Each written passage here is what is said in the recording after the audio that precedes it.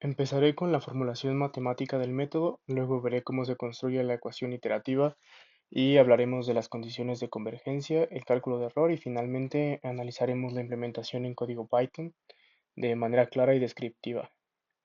Partimos del sistema lineal general AX igual a B, donde A es una matriz cuadrada de tamaño n por n y X es el vector de incógnitas y B es el vector de términos independientes. Lo primero que hacemos es descomponer la matriz A en tres partes.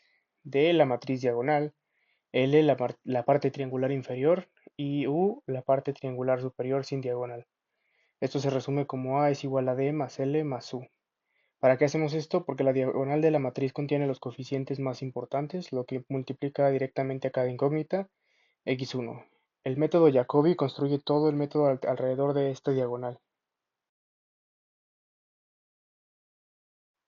Tomamos la ecuación iésima del sistema y si aislamos el término donde aparece xy, tenemos la siguiente ecuación y al dividir entre el coeficiente diagonal, tenemos hasta este punto lo que hemos despejado algebraicamente. El método de Jacobi toma esta fórmula y la convierte en un proceso iterativo. Voy a explicar la demostración de forma intuitiva. Imaginemos que queremos resolver varias ecuaciones simultáneamente, pero cada una depende de varias incógnitas. El método nos dice que en vez de resolverlas todas juntas, reescribamos cada ecuación y usemos estimaciones. Entonces tomamos cada ecuación y despejamos su incógnita principal y la usamos como la nueva estimación. Lo crítico aquí es que la diagonal actúa como un pivote, asegurando a cada actualización esté centrada en la incógnita correspondiente. Esta idea de despejar, sustituir y repetir es lo que convierte el sistema lineal en un algoritmo iterativo.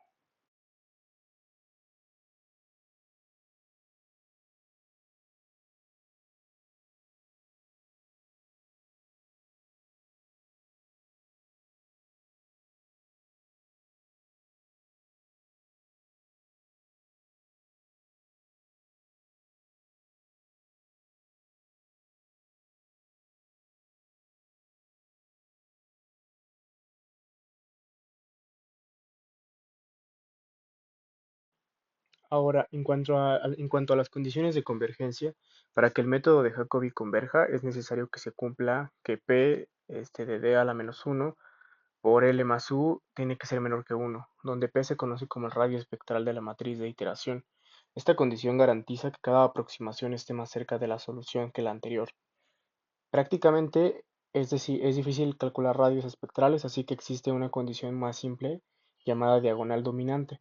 Una matriz es diagonalmente dominante si el valor absoluto de A es mayor que la sumatoria en donde J es diferente de I para cada fila. Si esta condición se cumple, Jacobi siempre converge.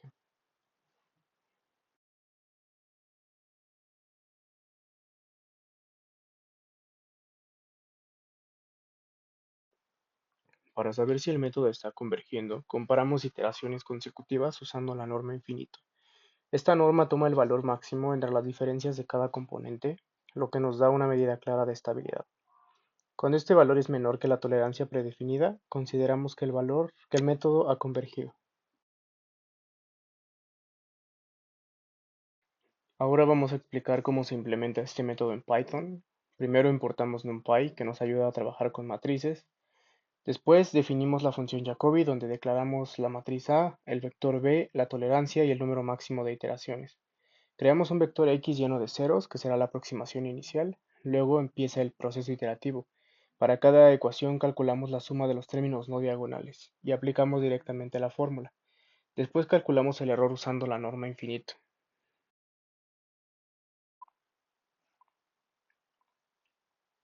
Si el error es menor que la tolerancia, detenemos el proceso y devolvemos la solución. Finalmente, imprimimos la solución aproximada, la cantidad de iteraciones y el último error. Este código implementa exactamente la formulación matemática del método paso a paso.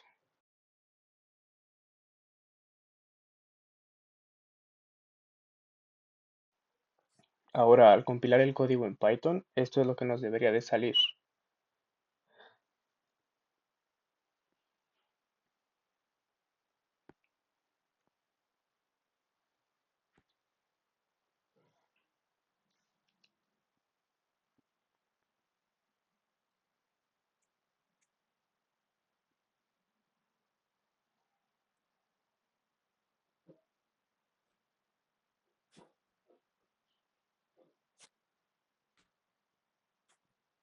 Esto es lo que quedaría como el resultado una vez compilado todo el algoritmo.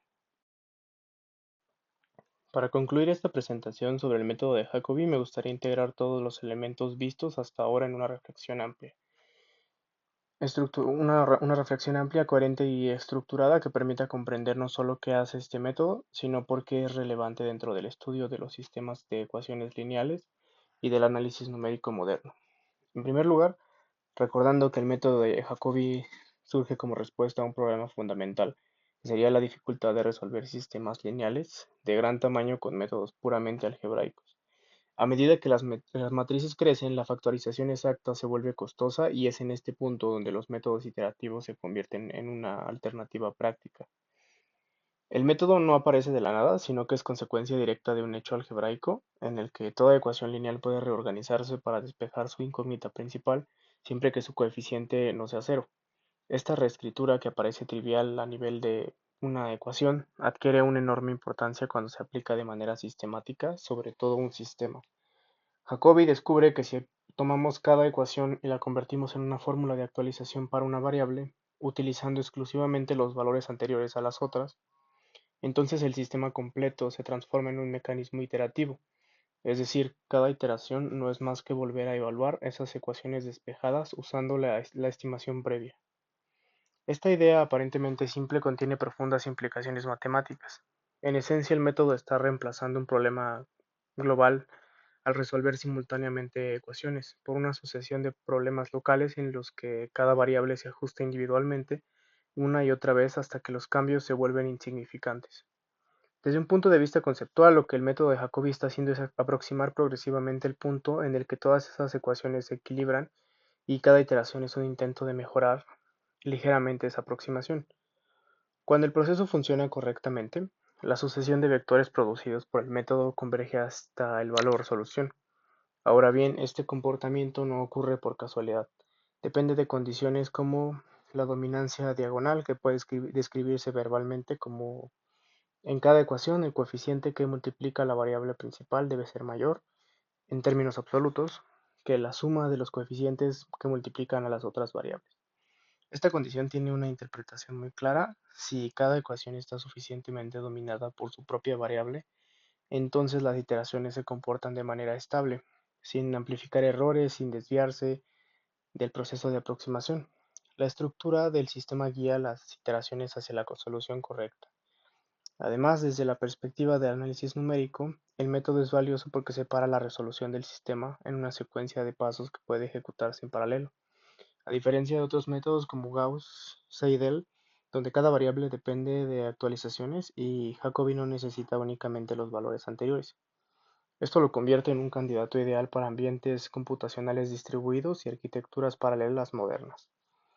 El método de Jacobi ilustra con claridad cómo funcionan los métodos iterativos, cómo se propaga información, cómo podemos medir errores y cómo puede una buena condición de convergencia garantizar estabilidad. En los cursos de álgebra y análisis numérico, Jacobi sirve como puente conceptual hacia técnicas más avanzadas, métodos espectrales y métodos precondicionados y algoritmos de relajación, entre otros. Para finalizar, podemos afirmar que el método de Jacobi constituye un excelente ejemplo de cómo una reescritura algebraica sencilla puede transformarse en una herramienta computacional poderosa. Nos enseña que las matemáticas no siempre nos avanzan construyendo estructuras complejas, sino que hasta con observar con atención lo que ya existe y reinterpretarlo de una manera más operativa, este método es en esencia una demostración de que la matemática aplicada combina elegancia conceptual con utilidad práctica.